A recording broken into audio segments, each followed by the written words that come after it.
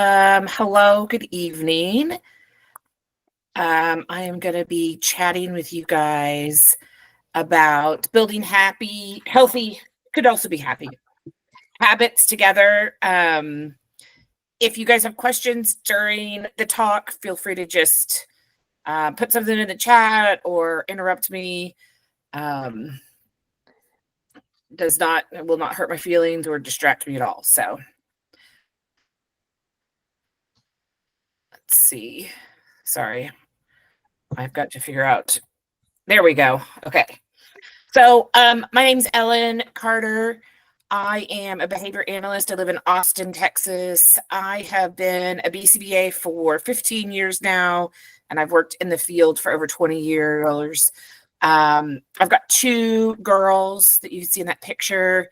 They are 6 and 9, and they come with a wild world of complex and different needs. So I'm going to talk a little bit about some things that we do personally, but I just, as parent to parent, know that it can be really difficult to be a parent in general, and especially a parent to a kid who's got complex needs. Most of my experience has been working in schools. I worked in schools when I was getting my master's. I moved to England, worked in a school for 5 years, and then worked in a school for about 10 years here in Austin. And I have just recently shifted back into working with families in home, which I really like. It's a really different setting. It's very intimate. You get to know the families really well and get to see firsthand kind of what home life looks like. So it's really nice. I've got experience working with adoption, foster care agencies, professional behavior and analytic organizations. So, and then in my free time, I like to read. I like to be outside when it is not 110 degrees. Traveling, baking. This is a picture of us when we went to Hawaii this summer with my parents, which was really fun. My kids keep saying, like, when are we going to go back? Like, not for a very long time. All right. So we're going to talk about building healthy habits, and kind of where I want to start is just to talk about, like, where do you begin? And I really like this quote: do what you can with what you've got where you are. And that's where we're going to begin, right? So we don't need to try and shoot for the stars and think that we're going to make big, huge changes right away. We got to start right where we're at. Use what we've got, both in terms of resources, but in our capacity as a person and a human, and do what we can. And the most important step that we take is that first baby step. So when we think about that first baby step, it actually is not so much of an action, but more kind of an activity for you as a caregiver or a professional to take some time and figure out your values and your goals. So values and goals are a little bit different. When we think about values, a value is something that holds purpose and meaning. A lot of times it's internal, but it helps us guide our behavior, our decisions, our actions. And values are important because that kind of is our guiding compass in life, right? So if you think about sometimes when you take like personality tests or do kind of some, like, if you've ever done any like life coaching, sometimes they give you this circle, right? And it's got all these different things in it. It might be like, health and fitness, money, personal relationships, spiritual relationships, education, it's all these different things. And they're wanting you to kind of like rate where you fall within each of those categories. But those are kind of broad categories for our values, right? It helps us decide what things are important to us, what that looks like for us as a value, and also to recognize that not all those areas are going to hold the same value for each person. And a value is not something that we get to check off a list, right? It's not something that we go, I value. So one of the things I value is family time with my family. But that's not going to be something that I ever check off my list, right? I'm not going to be like, did it, had enough family time. It's something that I'm always, speaking of, there's my friend. Great planning of an example. Yes. You got to ask your dad. And so I'm always working toward family time, right? And that's going to ebb and flow throughout my life, but that's important to me. And so if I feel like I am not moving closer to that value, I can change some things and hopefully get closer to that. So, a value is something that you're always going to have and be working toward. Whereas a goal is something that is specific and measurable. It has an outcome. It's something we set for the future. And we do get to check it off, or hopefully we get to check it off. But, we get at the end of the day, we get to say, yep, I had a goal to do 100 push-ups and I practiced for 3 months and then I did that. That's off our list. And that might tie into our value around health and fitness. It might move us closer to that value. So I think it's important for us as caregivers or practitioners to know what our values are, or what the values are of the people that we're working with versus what goals they have to help them move toward those values. And so I just want to take a couple seconds to give you guys some time to reflect and think about what values do you have for yourself, for your professional practice, for your personal life, what things are important to you.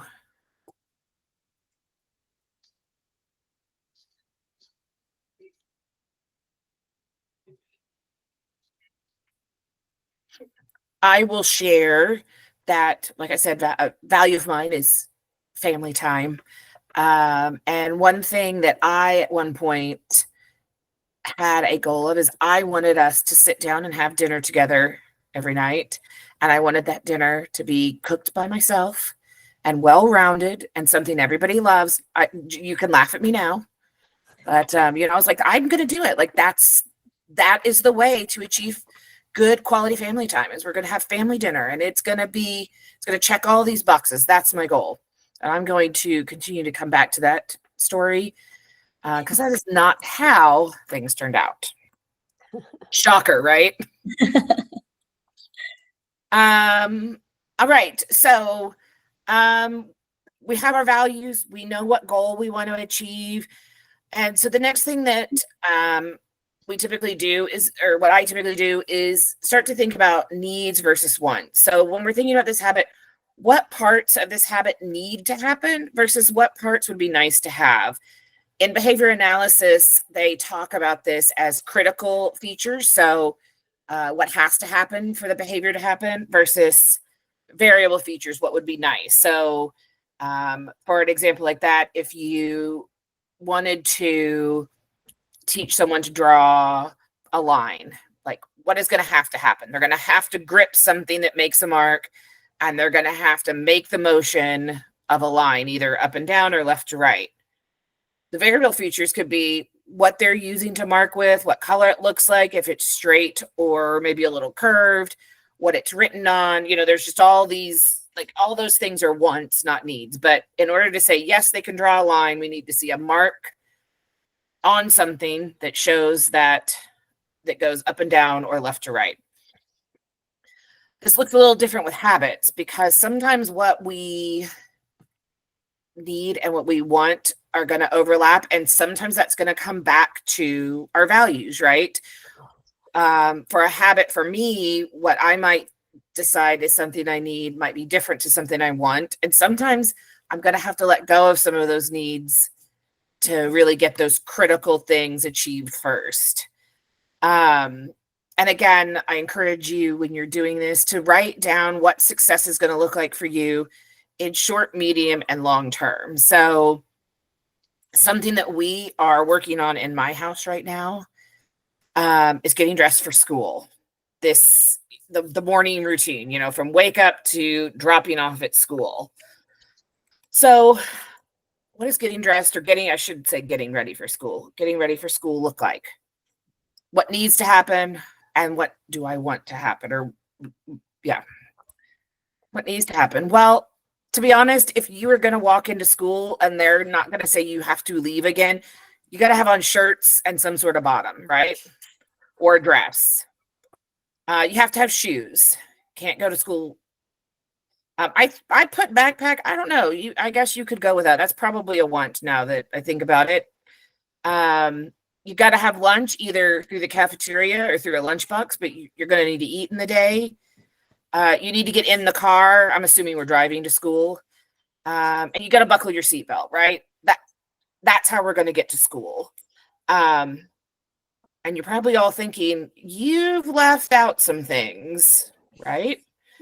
But I could show up at school in shirt and bottoms with shoes on, a lunchbox, and they're going to say, come on in and enjoy your day. Now, what do I want my kids to do before we go to school? Well, I want them to wear socks because guess what? When they come home and they haven't worn socks, their feet and their shoes stink. It's gross. I'd like for them to have brushed their teeth and brushed their hair. I want them to go to school looking presentable. Eating breakfast because I know if they don't eat breakfast, they're going to be hangry and that's going to make school harder. I want them to put their clothes in the hamper when they get dressed. Say bye to dad. He wants them to come say bye to him in the morning. We need to feed the dog. We need water bottles to get to school. You got to wear underwear. If it's cold, you need a coat and a jacket. And you know what? I want them to do it by themselves because I have to get ready for work. And I'm probably making snacks and lunches. And I'm, just doing all the other things. But at the beginning of this school year, I had to take a step back and do some reflecting and recognize that we are going to get to school with shirt and bottoms, shoes, a backpack and a lunch, and we're going to ride with our seatbelts on. Because there was so much negative behavior around getting ready for school that we would never make it if I got everything I wanted, right? Because they're fighting, they're tired, they don't want to do it. Like it's not motivating. Guys, the week before school started, I was like, we're going to practice. I'm like, such a good behavior in us. We're going to practice. I'm going to give you reinforcement. We've got these visual schedules. They nailed it every day. First day of school, nah. But and what I recognize now on my reflection is it's because I took away reinforcement, right? The week before school, I was like, we're going to go get breakfast. We'll stop and get to my kids' coffee is milk. We're going to get kids coffee. Let's go get pancakes. Well, first day of school, what do you get? To go and learn. So partial failure on my part. But I'm saying all of this because sometimes we really do have to scale back what we expect our learners to do to develop a habit so that we can get that momentum going and then we can add stuff in. My kids are wearing underwear to school. I've lost the sock battle, although today they both demanded to put on socks, so I called that a win. Breakfast is 50-50. I've got one that brushes their teeth but without toothpaste and one that pretends to brush their teeth. So, I mean, again, and this is just real life, right? I want my kids to brush their teeth and I've got two different battles that I'm fighting with two different kids. And I just have to have some acceptance of brushing your teeth without toothpaste is better than not brushing them. And I can work on brushing teeth with toothpaste at a time when I'm not trying to do all these other things, right? Maybe we do it right after school or right before bed because I've got more time and more capacity to give to that. And as we get that, it's going to pretty naturally fall into this routine, this habit of getting dressed for school. So then we want to start thinking about what does success look like to me? And I've kind of already hit on this, but like I said, to me, it looks like they're doing it by themselves. So I can get ready for work and I can get my lunch made and I can chat to my husband and then we get in the car and we chill out and it's like just sunshine and daisies. But I need to be a little more realistic. I've got a 6 and a 9-year-old. So our first goal is getting those needs done on time together. So I have to get up earlier to get myself ready, or I have a schedule where I can come back and get ready afterwards. Because our first goal, meeting those needs, getting to school on time. And we're going to do it all together. My next goals might be things around, oh, there we go. Like we're all wearing underwear, we're brushing our teeth because that's important to me. Maybe we're doing just the things in number one, but by yourself. So you don't need me there. Maybe we're doing number one, but we're not having meltdowns. And this kind of comes back to values, right? If those hygiene things and wearing all of your clothes is what is most important to me, those are the things I'm going to tackle next. If I'm like, you know what?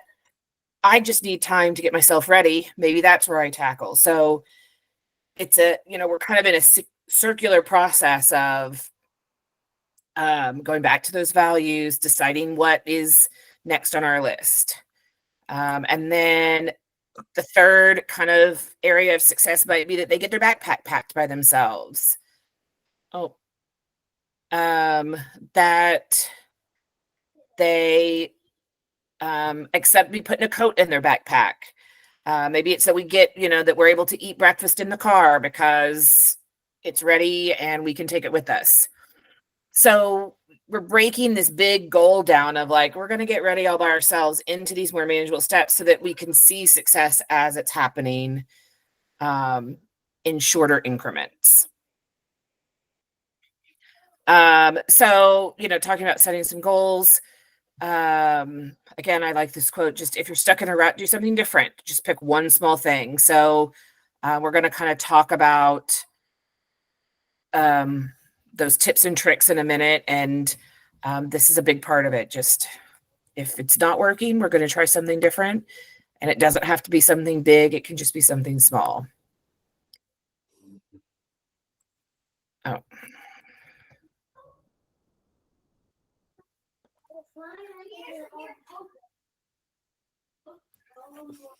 I don't know why it's not going forward.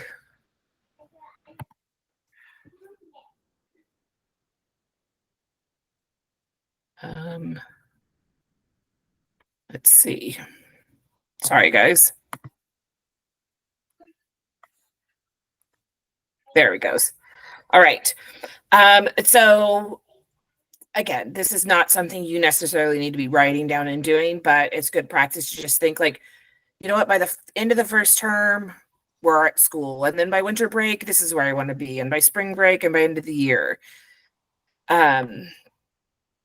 And then the approach that we want to take really is this idea of structured flexibility. So if we are over here on the left and we are rigid, so that means that, like, we are following rules, there's no room for change, we can't make mistakes, we don't accept things being different, that's going to make developing a habit really hard because you're going to meet a lot of failure. And you're going to have things that naturally happen in your life that are going to require you to be more flexible. And if you are rigid and can't do that, then you're going to miss out on opportunities or miss out on things getting done. On the opposite side, we have chaos, and that is just doing whatever, whenever. There's no routine. There's no understanding of what's going on. And when we're here, it's really hard, right? Because everybody's just doing whatever they want, and we aren't able to develop habits because everything's going to look different every single day. And so we want to kind of meet in the middle here where we have structure. So things are predictable and the same. It's clear what our expectations are and what the consequences are. There aren't surprises, but we still have room to be flexible because we need to allow for changes when the need arises. So maybe we get dressed and we walk outside and it's like, oh, it's cold. I didn't realize it was cold. Let me go back in and put on pants. That's okay. Right? Understanding that different people do things differently. So maybe in my mind, when I get ready, I get dressed and then I brush my hair and I brush my teeth and I put my shoes on. And what my child wants to do is they want to brush their hair and brush their teeth and then get dressed. We can be flexible for that. And maybe on different days that looks different. But that flexibility allows us to still develop that habit, meet that goal in a successful way. I was really into quotes when I was putting this together, but I was like, there's so many that are so like applicable. So I'm going to talk through some tips and tricks. And our good friend Confucius says the man who moves a mountain begins by carrying away small stones. And that's just what we're doing, right? We're developing a habit that has a lot of pieces, and we're going to start by one small thing at a time. So what is this going to look like for us? These are some examples of tips and tricks and things you can use. I'm sure there are more. If you want to share other ones you've used, please do so in the comments. These are things that I use a lot, both at work and at home. And this is where that flexibility, that structured flexibility really comes in. So countdowns or count ups. You've got 10 seconds to get your socks out of the drawer. Can you do it in 15 seconds? Okay, I'm going to count really slow. See if you can do it before I get to 10. And a lot of these tips and tricks are about making it fun and engaging, right? And that's hard work. It's hard work when you're tired. It's hard work when you've been parenting all day. It's hard work when you had a really hard session with a learner. And challenging behavior and tantrums about dogs are really hard work too. So part of this is your mindset of where am I going to put that hard work in? Am I going to put it in to try and provide support and make building this habit fun and engaging, or am I going to put my effort into the dissent or problem behavior that I get because our learners decided they're not doing it? So count down, count up. I use those a lot. Using music. So if you've got kids or learners that are into music, music's a great one. It gives you a nice amount of time and has a clear end. So we do a lot in our house. We do 2-song tidy ups. And that is each kid gets to pick one song, and we're going to tidy for both of those songs and see how much we can get cleaned up. It doesn't mean that everything is maybe cleaned up at the end of that. And that's where I have to go back to being flexible and saying, we got some of it cleaned up. I can do the rest later. Or now we're going to go and do something else, and we'll come back and finish in a little bit. Or, okay, it's time to get dressed. What song do you want to get dressed to? Getting to choose a song to listen to while they get to do a preferred activity or even a neutral activity. So what songs are we going to listen to in the car on the way to therapy? You get to choose one as soon as you've got your shoes on. What's your shoe song going to be? Okay, you've got your shoes on. Let's grab your backpack. What's your backpack song going to be? And then they're excited to get in the car and they get to listen to their songs. Using a timer, that's probably something that everybody's pretty familiar with, but it gives kids a great visual, both visually and auditorily. Most kids really like talking to Siri or Alexa or whoever runs the timer, if it's like on a little speaker. Again, making it fun. Which sound do you want to go off when the timer goes off? There's also some of my technicians use their apps on their phone, and they're like eggs, and it counts down, and when the timer goes off, the egg hatches and a little like character comes out, and those have been really popular with kids. And again, just a fun and easy way, like what animal are we going to get? Giving choices is really well known, and it's something that I think sometimes we forget how easy that can be. So if we're sitting down to dinner and we're not super motivated to eat, what food are you going to eat first? Sometimes giving the choice of what do you want to do last?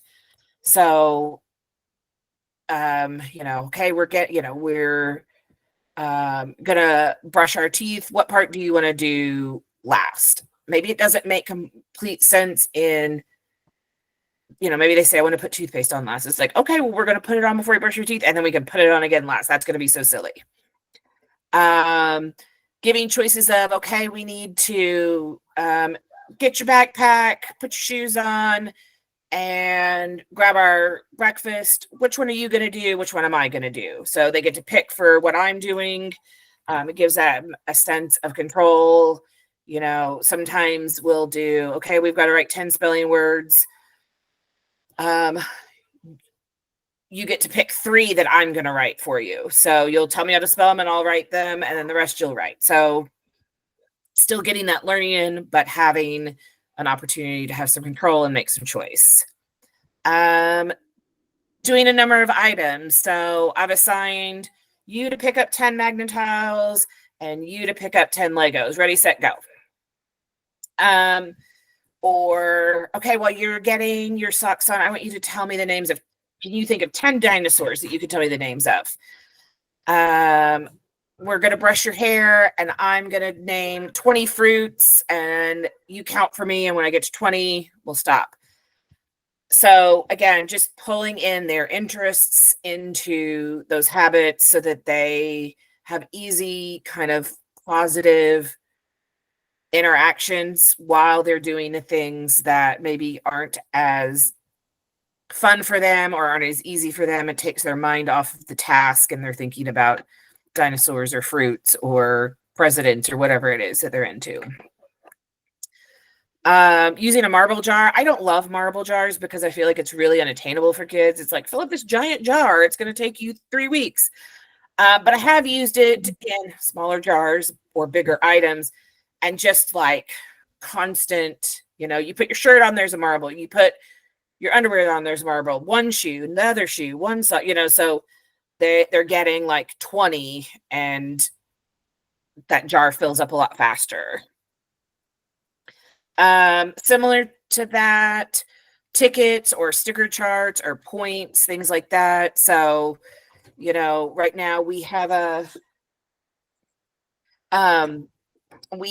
thing where if my kids get 10 points in the mornings throughout the week, then on Saturdays we go get donuts. And so they can each earn a point for being ready on time. And then sometimes there are days when I'm like, hey, you guys have earned a bonus point because there was no fighting. We went that extra step. Or you guys got a bonus point because, you beat me getting ready. Same with tickets. I've known people to get tickets and then at the end of the week we'll pull one out and that person gets a prize. I've got a family that's got a prize wheel, so it's got all this stuff on it and the kids get chances to spin it and a lot of it again is silly stuff. It's like listen to a song, have a dance party. It's not necessarily like toys, but just things that they like to do. And similar praise and parties. It's like free and easy. We raise the roof a lot in my house. We sing lines of songs tied to familiar things we do. One of those my children don't like, but it makes them laugh, is if they're like screaming and crying about things that are silly, I will sing Everybody Cry Now to the tune of Everybody Dance Now. And it makes them laugh. It kind of like gets us out of our like rut. So that's one of ours in our family. And when I say parties are easy and silly, right? We're going to have a 10-minute dance party. We're going to have a PJ party. We're going to have a snuggle party. We're going to have a picnic party and go and sit and eat our snack out in the backyard. It doesn't have to be like big over the top. I'm going to put sprinkles on you. We're going to have a yogurt party and we're going to put sprinkles on there. These little things are things that help us, enjoy each other's company and have fun together and reinforce the things that we've done well. Check-ins, checklists, visuals are really good because again, it gives everybody that structure, right? So if I have a checklist of everything you need to do after school, we see what it is. We can check it off. We can take it off, however that looks.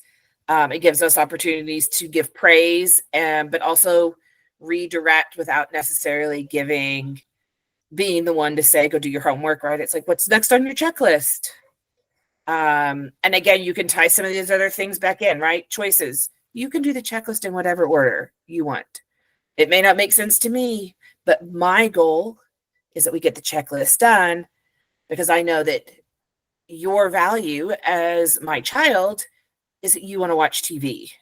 I've set the rule that you've got to get your chores done before you watch TV. I'm going to help you meet that goal and have access to that thing that's important to you, but we can do it in an order that makes sense for you or that works for you. And again, that might change day to day, right?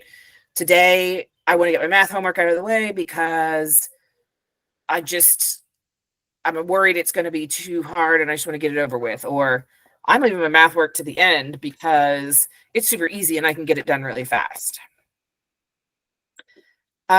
These checklists, they can be fancy, right? They can be laminated and Velcroed and beautiful.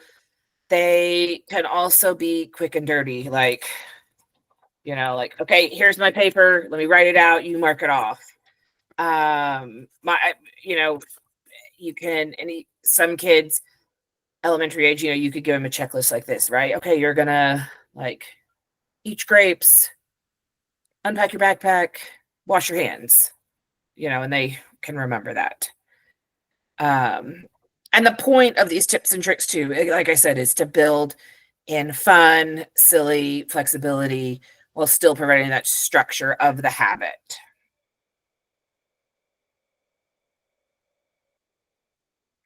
So the next thing we're going to do is we're going to celebrate our wins. Big, small, long, short. It is so easy to get so entrenched in what you are doing and what that goal you're trying to achieve that you sometimes forget to celebrate those wins, even small ones, even when they are far apart. I think it's important to remember that sometimes those wins are going to be far apart because learning is not linear. We are going to have ebbs and flows, but we got to celebrate the wins when we get them. So, yeah. And so, as part of celebrating those wins and as part of building these habits, we want to reflect and make adjustments. So make time and plan to reflect on how these habits and how these routines are going. So look back short-term and long-term. Where have you come? Again, sometimes we can't remember, we forget where we were, right? So look back and be able to see, oh, you know what? A year ago, we couldn't even, tolerate, we only wore one pair of shoes and now we have 3 that we can wear. That's a win. And that also helps us think about where we're going next, because sometimes when we set these goals, or we think about those needs and wants, we have an idea in our head. And once we get going and working on this habit, those are going to change, right? So maybe, if we go back to me, I'm like, we're going to have a healthy family dinner 7 nights a week at the table, all of us together. Shocker, that was a complete and utter failure. What happened was, at the time, my youngest daughter, I would pick her. I worked at the school that she was at, so I worked really long hours. They stayed in aftercare. I would pick them up. It was 5:30. She would scream all the way home, just bloody murder. Nothing would stop her. And so we would get home and I'm tired because I worked a long day. They're tired. They're starving because it's dinner time.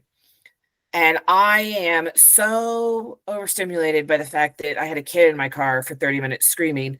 But guess what I don't want to do? I don't want to make dinner because that sounds like the worst.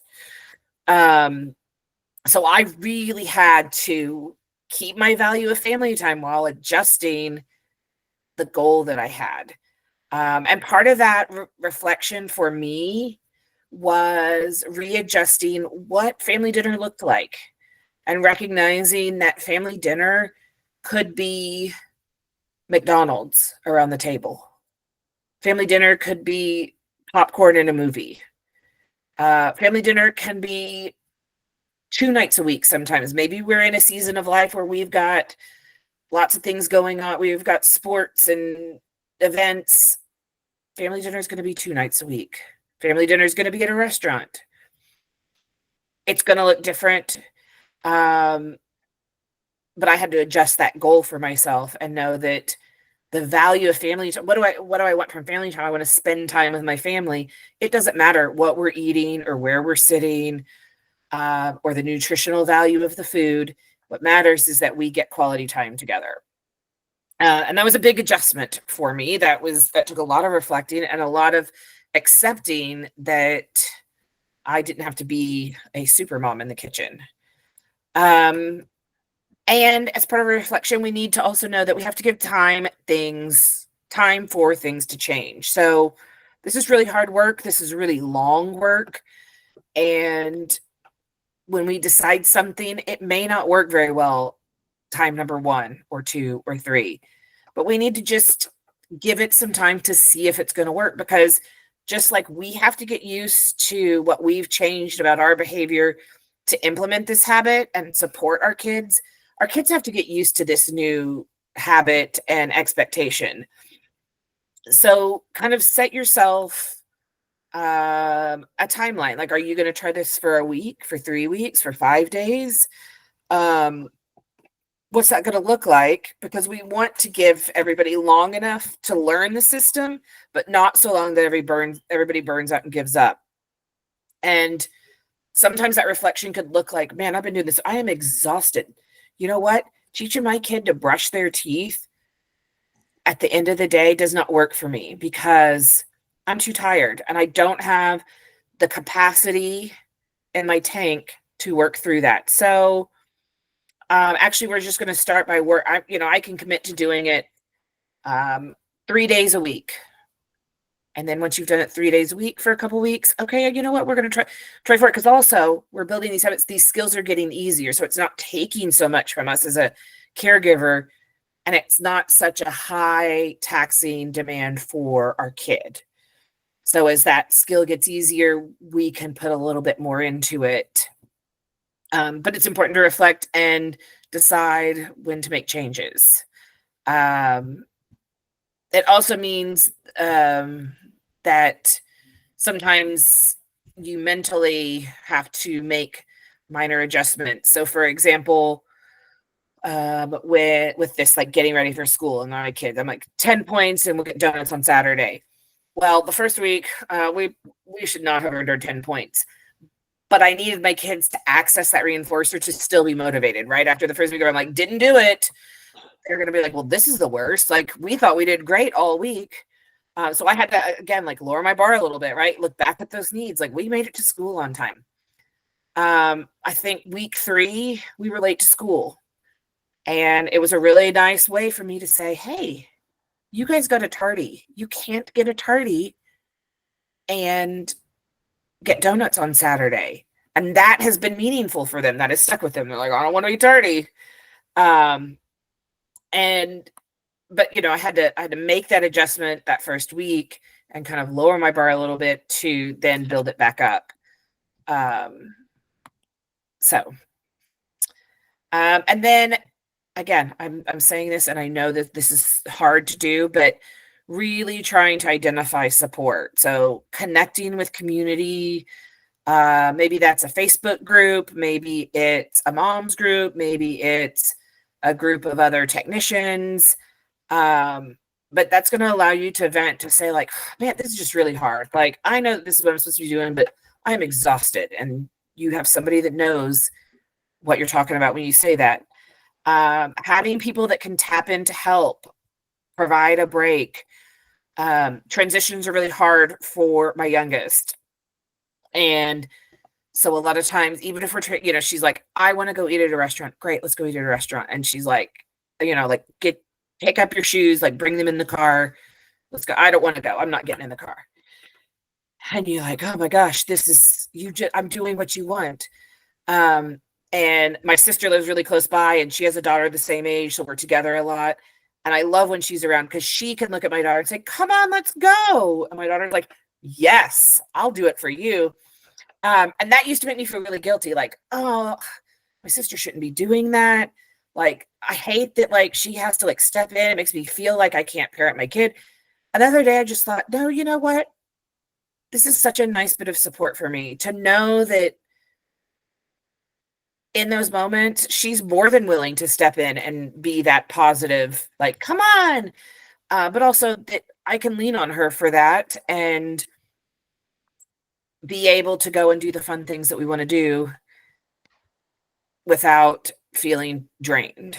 And then look toward your service providers, pull us into the mix, because that's why we're here. We are part of that family support system and we want to support you. You're not going to tell us anything that is going to make us judge you or think less of you or be shocked by. So pull us in and say, I need help with this. Or, before you leave session, could you set them up with a snack? Because, I can't, they just deny every snack. Sure, we can do that. I have a client right now that we're working with, and sessions run up until kind of like that bedtime routine starts. And mom was like, can you please just help us transition into the shower, because you leave and it's like this 45-minute ordeal. And so, sure, we can do that. That's why we're here. We're here to support. So lean on those service providers to work on skills with you, to bounce ideas off of, to vent to tap in and help. So, again, one of my daughters, back to the toothbrushing, there was a long time where she brushed her teeth at therapy because she was happy to do it there. And in that time, I was like, great, if you're going to brush your teeth in therapy, I will take it. But they were able to then bring me in, and she was, kind of transfer that generalization to me, and it got a lot better. So lean on us for support. Yeah. So sorry, I've lost my train of thought. Let me back in. Okay. So the last thing, and I don't have a slide for this, but maybe I can do it on the next slide because it says I can annotate. In talking and doing all of this talk about values and goals and like how do you figure that out? I'm going to share with you a tool that I use a lot. It comes from acceptance and commitment training or acceptance and commitment therapy. And it's a way to kind of look at your values, and especially if it's something that you're like, this is important to me, but I feel really disconnected from it. How do I get closer to it? And it's a way to do that. That's pretty easy. Okay. Oh, it disappears. I do not want this. So what you do, this would be on like a big piece of paper, but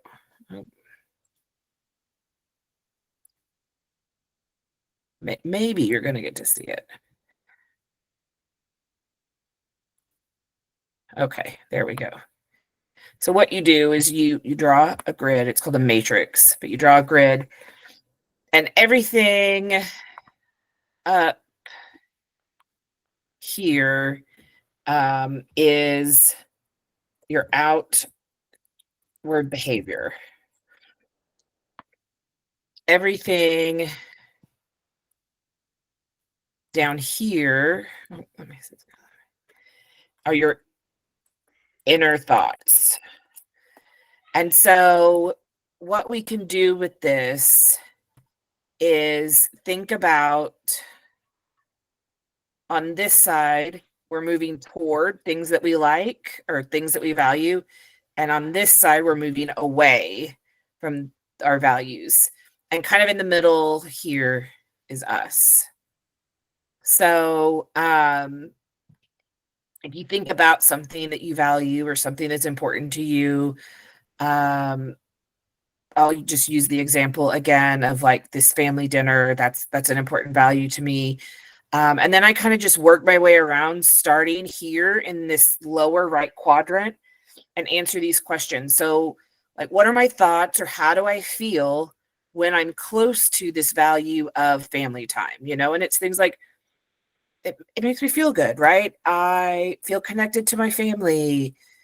It's something that I find fun. It warms my heart. That's how I feel. On the opposite side, or in this bottom left quadrant, are what things I feel when I'm moving away from that value of family time. So if I'm moving away from that value of family time, maybe I feel disconnected. I feel guilty that I'm not spending time with them. I might feel like I'm not a great parent.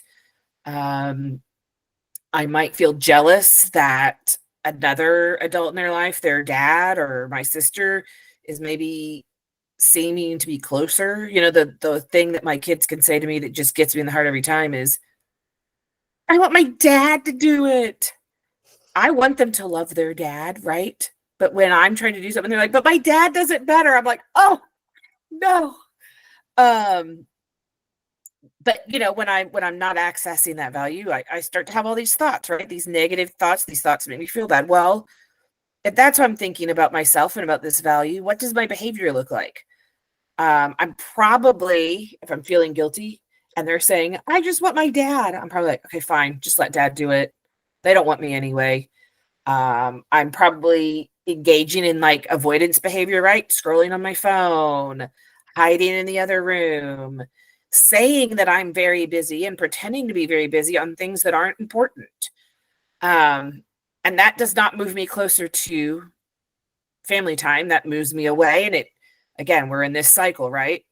I do things that move me away from that value, and then I feel bad about them. And that makes me do things that move me away from that value. So what do I need to do to move close to that value? Well, I need to spend time with my family. I need to tell my family that I love them and I like hanging out with them. I can plan to do things with them. I can write them notes. And all of those behaviors, again, in this cycle, are going to move me closer to these thoughts and feelings of feeling connected and close to my family, closer to that value. And so I think this is just a really nice and easy tool to use if you're like, I value being physically fit, but I don't know how to get started. You can kind of work through this, starting with this. How do I feel when I am physically fit? Look at how you feel when you're not, or you feel like you're not, and then what behaviors are attached to that. And that's going to help you move toward behavior that moves you closer to that value. It's going to help you identify things that you can do. And maybe these behaviors you write down, some of them maybe feel too big right now, but you'll be able to pick one, or, go back to like break that down into small steps. Like going to the gym 7 days a week probably isn't going to lead you to success, but maybe going on a walk 3 times a week will. And then from there, we can shape that into going to the gym or running or playing pickleball or whatever it is that makes you feel good, and is behavior that moves you close to that value. So that is all I have, and I've left time for questions, comments, thoughts. So if anybody has those and you want to put them in the chat or just talk, we can do that.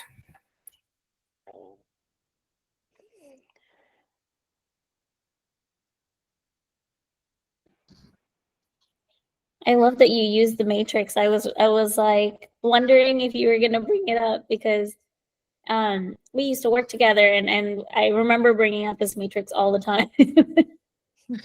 Yeah, I like it because it's so simple, and you can literally draw it on a Post-it note, and you've got your template ready to go. Oh yeah, I still use it all the time. It's a great tool.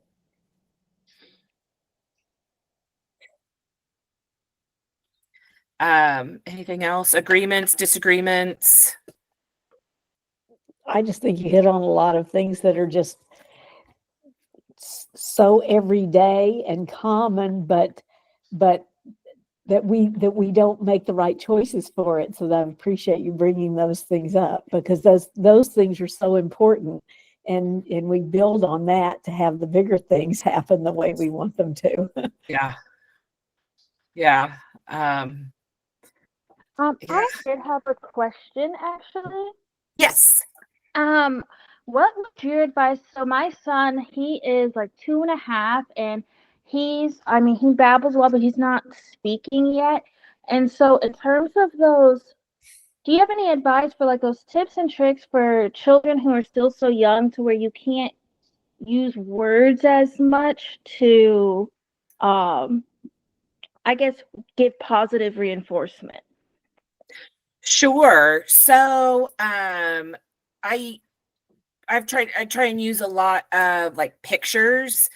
So either kind of what you think about with like AAC devices, but even now with the internet and chat GPT, getting like pictures of characters they like doing things, or even pairing like characters with a number and just using that. So like, we've got to do 1, 2, 3, and Chase's number, you're not going to say all these words, right? But like teaching that like Chase is number 1, and number 1 is tied to brushing your teeth, and Sky is number 2, and number 2 is tied to putting your shoes on. And just doing that every day or every time, because he'll learn like that picture means I do this thing. Or like if you can find a picture of a carrot. I'm not a huge fan of Peppa Pig, but Peppa Pig has a lot of great pictures of her doing like self-care habits. So I use her a lot because you can find pictures of her like doing specific things. Oh, that's actually very helpful. And he loves the YouTube videos of like Noodles and Cows, right? And Yep. they have a lot of pictures themselves of doing different activities. So thank you. Of course. And again, video modeling. So like we're going to watch these characters wash their hands. Now let's us go do it. We're doing it the same way. And again, just pairing those things, and over time he'll be like, oh yes, I know what to do.